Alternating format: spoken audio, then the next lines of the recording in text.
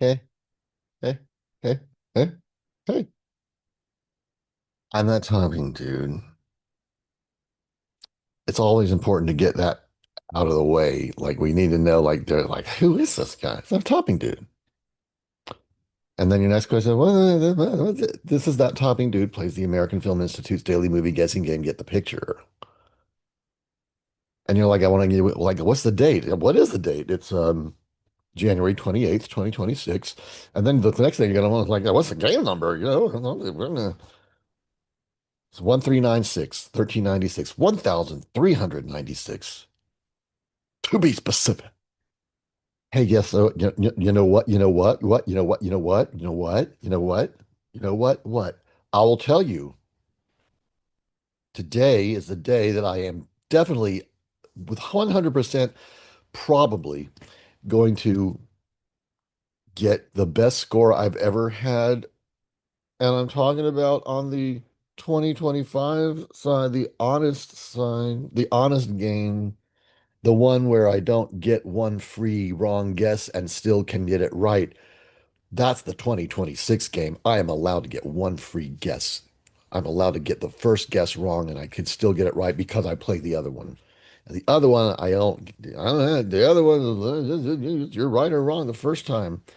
And I'm going to break my previous record today, probably. Well, let's see what the chances are. Let's see what the anonymous player and Jaden said. Okay, it looks like the anonymous player wrote, oh, the anonymous players has he says, I got the picture. And Jaden said, oh, he wrote a little bit more than that. I got today's picture. See, the anonymous player said, I got the picture, and Jaden said, I got today's picture.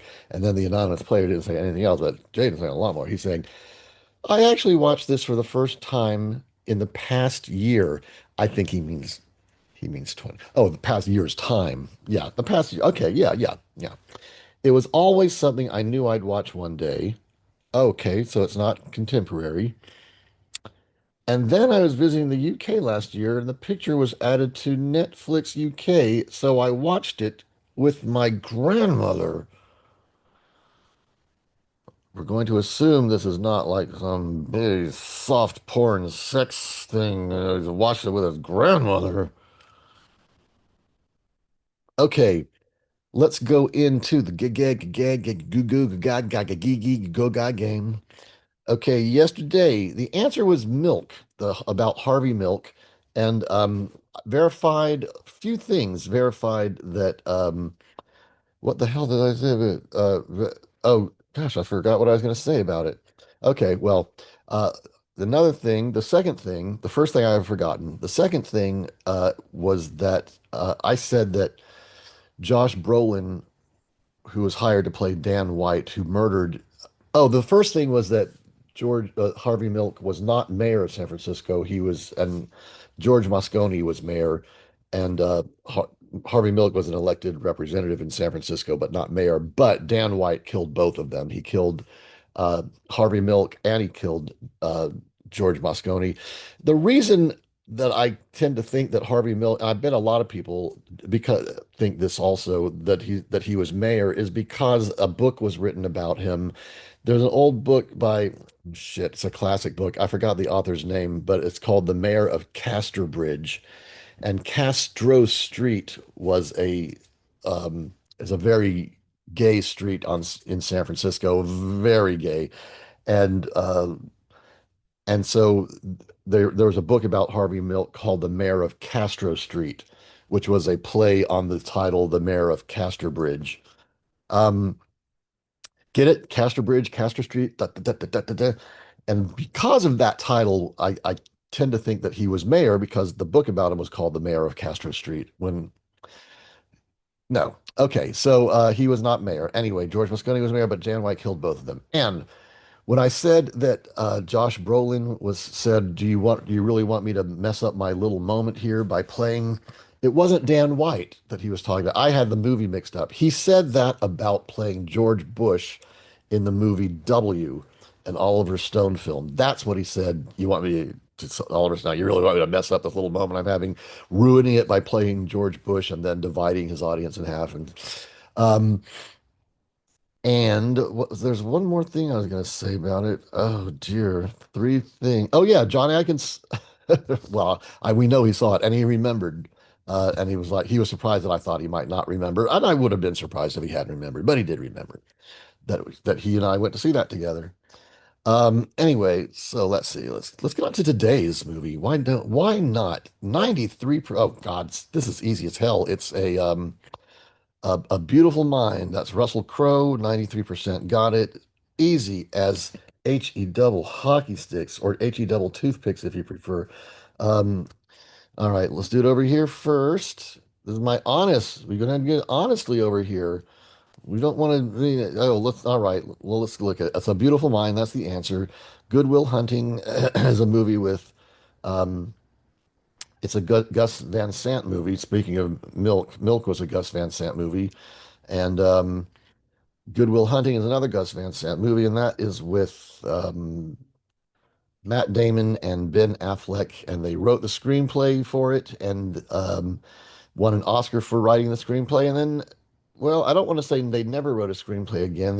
One of them may have, but not for a long time. It's like, didn't you guys win an Oscar for a screenplay and you never wrote another one? Well, I think maybe 20 years later they probably one of them did, but it was kind of weird.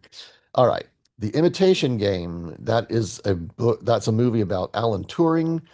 If you ever saw or know of the play, um, God darn it, what's it called? Breaking the Code. That's also about Alan Turing. Was a British scientist who cracked the code that helped win the war. And then after helping win the war, it was found out that he was gay and he was ostracized. And so a hero was ostracized, and The Imitation Game is the movie version about him with what's his name, Benedict Cumberbatch. Master and Commander of the Far Side of the World. That was the answer not very long ago, and that's a Russell Crowe film. And The Theory of Everything is that was with Eddie Redmayne and forgot the woman's name. Eddie Redmayne won an Academy Award for that. And anyway, this is a beautiful mind. A beautiful mind. I'm not even going to cross the, I got it, 24-day streak. So I've officially broken my streak. This is officially the best I've ever done. Um, the stats are 79%. And let's go over here now. It's going to be a beautiful mind on this side as well. It's going to be a better score, but I accidentally cheated. That's why we go that. But okay. But if you're okay with me getting one, getting to anyway, 28-day streak over here. 93.1% correctly identified or guessed Abiatifulmind. Almost everyone got 2.7% guessed Godwild Yuntang. 2.4 said RAF everything. 1.1% said I'm at Gam. And 0.6% Mystère en Commandier the first ut the world. And this is going to be, stats are going to be 100%. And we, 28 day, 28 day, everybody around house, let's go. I don't mind. Was on with,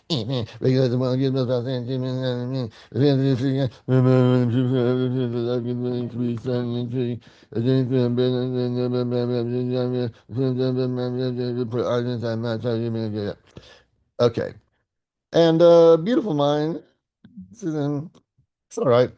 It's all right. Not bad. Not great. Yeah, it does have one. Well, I hope I'm not giving it away. Most people, if you're going to see A Beautiful Mind, you've seen it by now. But there is Paul Bettany plays a friend, and there's a point in the movie that Paul Bettany turns out to be Russell Crowe's imagination, and it's very strange because it's one of those moments where you kind of feel like the character. Because you're finding out at the same time that that was a figment of his imagination. You're going, what? What? I'm confused now. And so is he. And so you're living it together. So that was kind of nice. It's nice when you can actually feel what a character is going through like that. I wonder, did I think it was a cheap trick at the time? Maybe I did. I don't remember. I didn't care about it. It was like, it's fine. It's fine. It's fine. It wasn't bad. See you tomorrow. Bye.